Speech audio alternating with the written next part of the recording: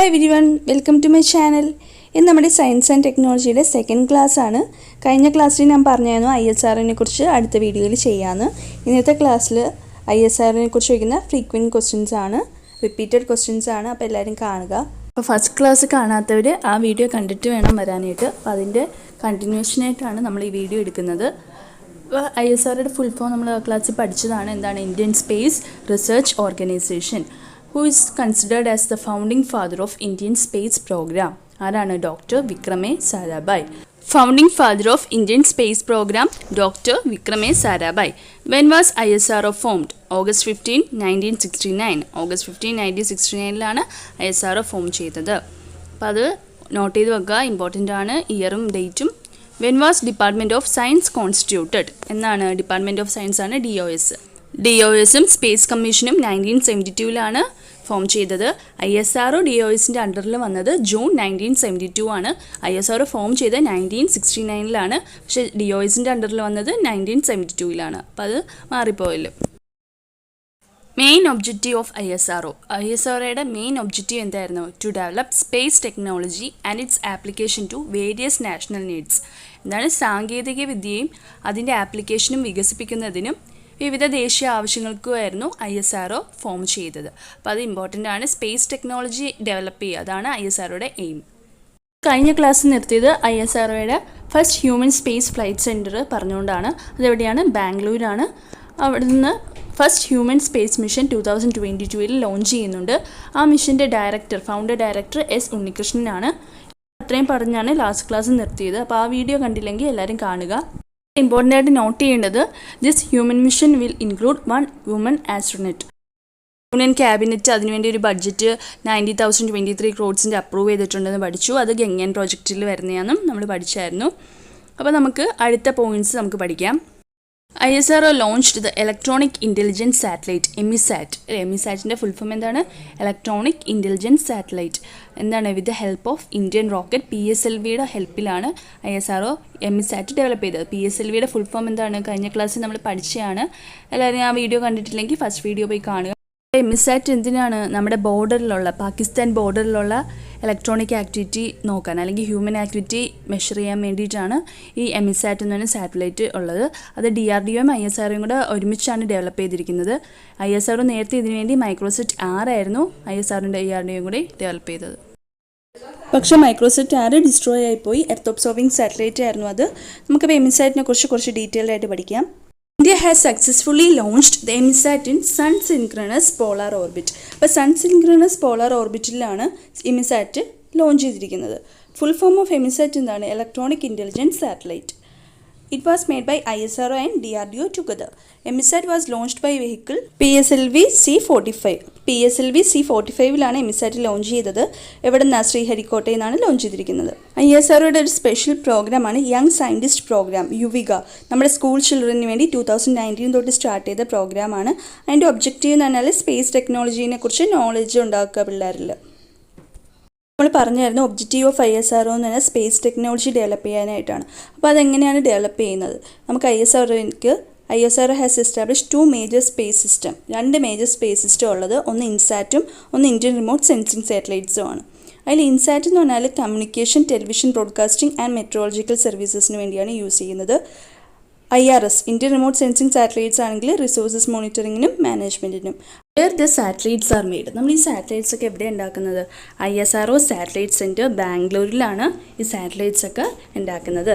അപ്പോൾ അത് നോട്ട് ചെയ്ത് വെക്കുക, ISRO satellite centre Bangalore. Where the rocket launch vehicles are made. അപ്പോൾ റോക്കറ്റും ലോഞ്ച് വെഹിക്കിൾസും എവിടെ ഉണ്ടാക്കുന്നത്? അത് ഉണ്ടാക്കുന്നത് വിക്രം സാരാഭായ് സ്പേസ് സെൻറ്റർ തിരുവനന്തപുരത്താണ് റോക്കറ്റ്സും ലോഞ്ച് വെഹിക്കിൾസും ഉണ്ടാക്കുന്നത്. സാറ്റലൈറ്റ്സ് എവിടെയാണ്? ബാംഗ്ലൂരിൽ അല്ലേ. VSSC is a major space research center of the Indian Space Research Organization. VSSC എന്താണ്? നമ്മുടെ ISROയുടെ സ്പേസ് റിസർച്ച് സെൻറ്റർ ആണ് വിക്രം സാരാഭായ് സ്പേസ് സെൻറ്റർ. അത് എവിടെയാണ് ലൊക്കേറ്റ് ചെയ്തിരിക്കുന്നത്? തിരുവനന്തപുരത്താണ്. ഫോം ചെയ്തത് 21 നവംബർ 1963. അപ്പോൾ നമ്മൾ ഈ റോക്കറ്റ്സ് എവിടെയാണ് ഉണ്ടാക്കുന്നതെന്നും പറഞ്ഞു, സാറ്റലൈറ്റ്സ് എവിടെയാണ് ഉണ്ടാക്കുന്നതെന്നും പറഞ്ഞു. ഇനി റോക്കറ്റ്സ് എവിടെ നിന്നാണ് ലോഞ്ച് ചെയ്യുന്നത്? SDSC അല്ലെങ്കിൽ SHAR, ശ്രീഹരിക്കോട്ട റേഞ്ച്. ശ്രീഹരിക്കോട്ട റേഞ്ചിൽ നിന്നാണ്, അല്ലെങ്കിൽ എന്താ സതീഷ് ധവാൻ സ്പേസ് സെൻറ്റർ നമ്മുടെ ആന്ധ്രാപ്രദേശിൽ ശ്രീഹരിക്കോട്ടയിൽ നിന്നാണ് ഈ ISROയുടെ ലോഞ്ച് ഫെസിലിറ്റി ലൊക്കേറ്റ് ചെയ്തിരിക്കുന്നത്. സൗണ്ടിങ് റോക്കറ്റ്സും എല്ലാം ലോഞ്ച് ചെയ്യുന്നുണ്ട്. സൗണ്ടിങ് റോക്കറ്റ്സ് ഒക്കെ ലോഞ്ച് ചെയ്യാൻ പറ്റും. എന്താണ് സൗണ്ടിങ് റോക്കറ്റ്സ്? നമ്മുടെ അറ്റ്മോസ്ഫിയറിലെ ഫിസിക്കൽ പാരാമീറ്റേഴ്സ് മെഷർ ചെയ്യാൻ വേണ്ടി യൂസ് ചെയ്യുന്ന റോക്കറ്റ്സാണ് sounding rockets. Why was Tumba selected for being rocket launching station? എന്തുകൊണ്ടാണ് റോക്കറ്റ് ലോഞ്ചിങ് സ്റ്റേഷനായിട്ട് തുമ്പ സെലക്ട് ചെയ്തിരിക്കുന്നത്? The geomagnetic equator of the earth passes over Thumba. തുമ്പയിൽ കൂടിയാണ് നമ്മുടെ ജിയോമാഗ്നറ്റിക് ഇക്വേറ്റർ പാസ് ചെയ്യുന്നത്. അത് ഇമ്പോർട്ടൻ്റ് ആണ്, മാർക്ക് ചെയ്തെടുക്കുക എല്ലാവരും. അപ്പോൾ നേരത്തെ നമ്മൾ പറഞ്ഞായിരുന്നു ISROന് 2 മേജർ സ്പേസ് സിസ്റ്റം ഉണ്ടെന്ന്. അപ്പോൾ ആ മേജർ സ്പേസ് സിസ്റ്റത്തിന് ഹെൽപ്പ് ചെയ്യാൻ വേണ്ടി 2 സാറ്റലൈറ്റ് ലോഞ്ച് വെഹിക്കിൾസും കൂടിയുണ്ട്, PSLVയും GSLVയും. എന്തൊക്കെയാണ്? പോളാർ സാറ്റലൈറ്റ് ലോഞ്ചിങ് വെഹിക്കിളും ജിയോ സ്റ്റേഷനറി ലോഞ്ചിങ് വെഹിക്കിളും. നമ്മൾ ഇതിനെക്കുറിച്ചും കഴിഞ്ഞ ക്ലാസ്സിൽ ഡിസ്കസ് ചെയ്തിട്ടുണ്ട്.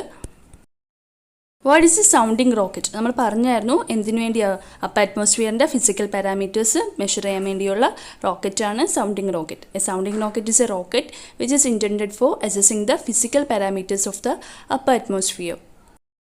Where the space program began in India. Indian space program began at Tumba Equatorial Rocket Launching Station, TERLS, located at Tumba near Thiruvananthapuram. ഇതാണ് നമ്മുടെ റോക്കറ്റ് ലോഞ്ചിങ് സ്റ്റേഷൻ ഇന്ത്യയിലുള്ളത്. അവിടെ നിന്നാണ് ഫസ്റ്റ് സ്പേസ് പ്രോഗ്രാം സ്റ്റാർട്ട് ചെയ്തത് ഇന്ത്യയിൽ. ഇതിൻ്റെ ഫുൾ ഫോം പഠിക്കുക, Thumba equatorial rocket launching station.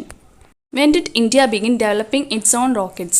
India's first indigenous sounding rocket RH-75 was launched on November 20, 1967. അപ്പോൾ November 20, 1967 India സ്വന്തമായിട്ട് റോക്കറ്റ്സ് ഡെവലപ്പ് ചെയ്യാൻ തുടങ്ങിയത്. RH-75 ആണ് first indigenous sounding rocket India develop ചെയ്തത്. What is the letter RH and the numerals on an Indian sounding rocket signify? നമ്മളിപ്പോൾ RH-75 എന്ന് പറഞ്ഞല്ലോ, അതിൽ RH സിഗ്നിഫൈ ചെയ്യുന്നത് റോഹിണി, സൗണ്ടിങ് റോക്കറ്റ് റോഹിണി ആണ് RH-ൻ്റെ full. And the numerals indicate the diameter of the rocket in millimetre. അപ്പോൾ RH-75 എന്നാണ് നമ്മൾ പറഞ്ഞത് അല്ലേ, ഫസ്റ്റ് ഇൻഡിജിനിയസ് റോക്കറ്റ്. അപ്പോൾ ആ 75 എന്ന് പറഞ്ഞാൽ നമ്മുടെ റോക്കറ്റിൻ്റെ ഡയമീറ്റർ ഇൻ മില്ലിമീറ്ററിലാണ് സൂചിപ്പിക്കുന്നത്. When was the first rocket launched in India? Which was the rocket? അപ്പോൾ ഇന്ത്യയിൽ ലോഞ്ച് ചെയ്ത ഫസ്റ്റ് റോക്കറ്റ് ഏതാണ്? Nike Apache, procured from the US, was launched on November 21, 1963. India develop ചെയ്തതല്ല, നമ്മൾ US-ൽ നിന്ന് മേടിച്ച റോക്കറ്റാണ്. November 21, 1963 ലോഞ്ച് ചെയ്തത്. നൈക്ക് അപ്പാച്ചെ എന്നാണ് അതിൻ്റെ പേര്. നമ്മുടെ ഇന്ത്യൻ റോക്കറ്റ് ഏതാണ്? Rohini 75. What is the expansion of VSSC and when it was formed? Space Science and Technology Center was renamed as Vikram Sarabhai Space Center in 1972 in honor of Dr. Vikram Sarabhai, who met with his untimely demise on December 30, 1971. അപ്പോൾ Vikram Sarabhai space centre നമ്മുടെ തുമ്പ equatorial launching സ്റ്റേഷനിൽ തന്നെയാണ് VSSC എന്ന് അറിയപ്പെടുന്നത്. എവിടെയാണ് അത്? തിരുവനന്തപുരത്താണ്. നമ്മുടെ വിക്രം സാരാഭായിയുടെ പെട്ടെന്നുള്ള മരണത്തെ തുടർന്ന് അദ്ദേഹത്തോടുള്ള ബഹുമാന സൂചകമാണ് നമ്മൾ വിക്രം സാരാഭായ് സ്പേസ് സെൻറ്റർ എന്ന് റീനെയിം ചെയ്തത്.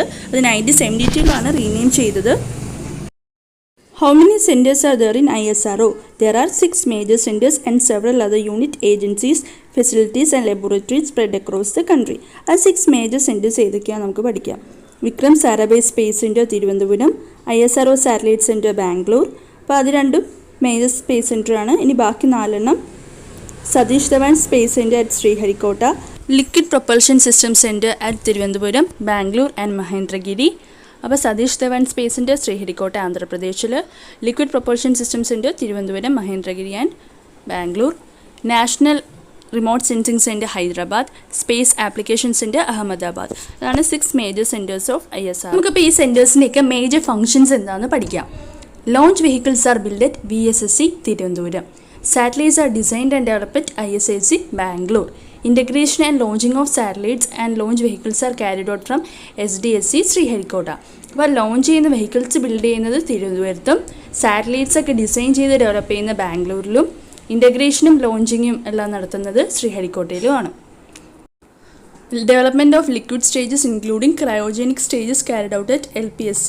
Sensors for communication and remote sensing satellites and application aspects of the space technology are taken up at SAC Ahmedabad.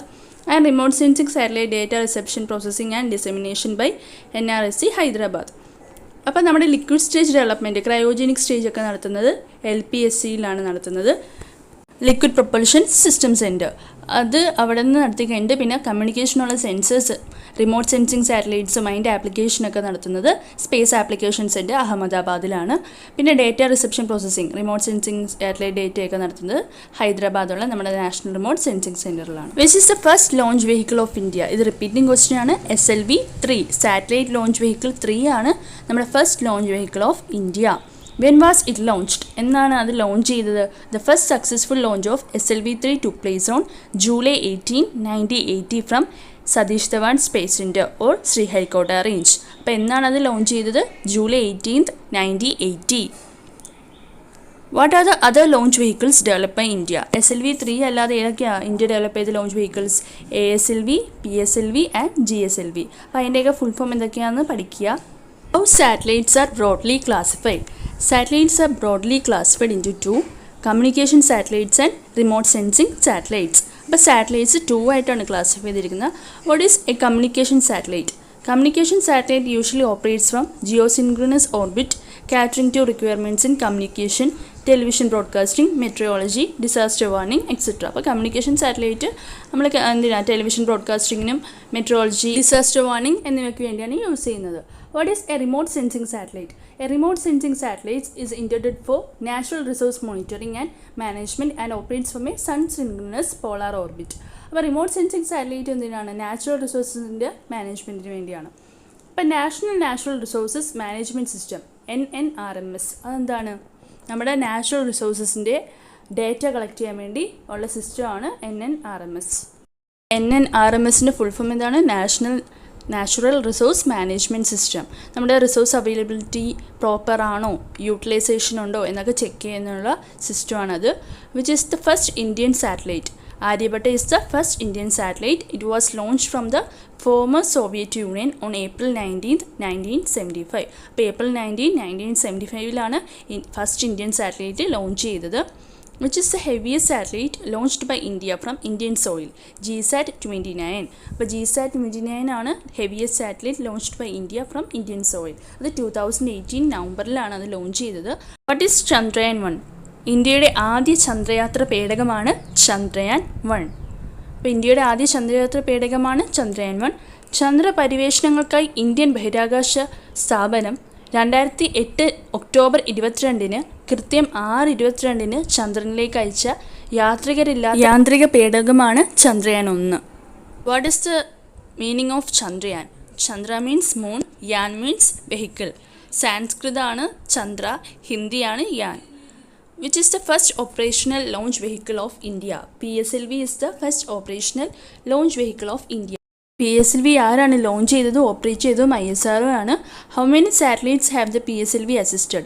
PSLV has launched 209 foreign and 48 Indian satellites till date. When and from where Chandrayaan-1 was launched?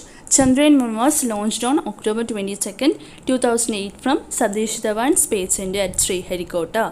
അപ്പോൾ Chandrayaan 1 launch ചെയ്ത date important ആണ്. October 22, 2008 from Satish Dhawan space centre at Sriharikota.